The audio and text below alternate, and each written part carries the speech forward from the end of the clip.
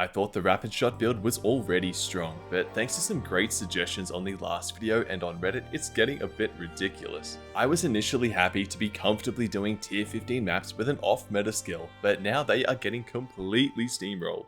My Pathfinder just staunches their way around spraying and praying and everything just explodes. This won't be a full guide again as the previous video still covers the main pillars which haven't changed, and the max roll build has been updated to show the new changes which I'll be covering here.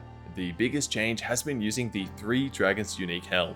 Originally, I was grabbing all the lightning damage I could, the spreading shocks node, and using Voltaic Mark to get the shocks cranking and Herald of Thunder cycling. Considering Rapid Shot already does a portion of physical as fire damage and another massive 170% extra damage as fire when at 24 stacks of heat, I have this huge source of fire damage that isn't being used for anything.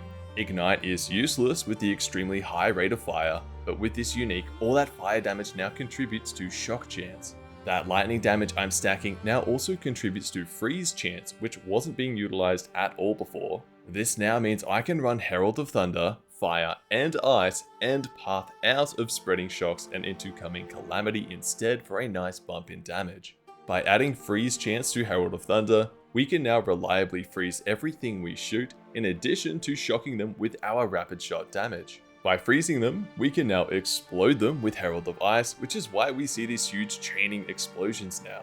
Another nice support to Herald of Thunder has been Ice Bite, in addition to the existing Innovate. This means we basically have a permanent 35% cold and another 35% lightning damage, mainly to Rapid Shot but also to the Heralds. Stacking Heralds is nothing new, but it does slot in nicely with the Rapid Shot build. And what's even better is that it's not entirely necessary, so the build is nerf proof to an extent. If Herald stacking or Herald of Ice was nerfed significantly, our clear wouldn't actually change all that much because we have an awesome backup plan. Now that our shock chance is so much higher with the Three Dragons, Cast on Shock actually procs regularly now, whereas before it was only proccing a couple of times per map, which was terrible. If we put in Voltaic Mark with extra area of effect and reduced energy cost, we can frequently automatically apply these marks without ever needing to stop our channel. This looks awesome and feels great, and honestly I'm kind of hoping for a Herald of Ice nerf, so I'm forced to dive deeper into this playstyle instead. The only caveat here is that I need to disable it for bosses or it drains all my mana. And before I forget, I also slapped a shield onto my second weapon set. This was done purely to gain access to shield charge so I could have some mobility to map faster and handle some boss mechanics. So, after making these few changes, the previous weakness of the build being its clear, which wasn't bad, but it certainly wasn't great, is now one of its strengths.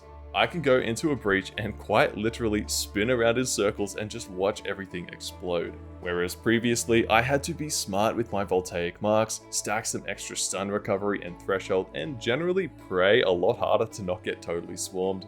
This now means the build has great single target damage and clear, all while still being extremely cheap. Defensively, now that I have over 2.2k life, I can at least tank a few hits from most things, but will still die to big slams or explosions. Fortunately, you rarely ever take any damage playing this build, as you're constantly on the move and everything dies so fast and often before it even enters your screen.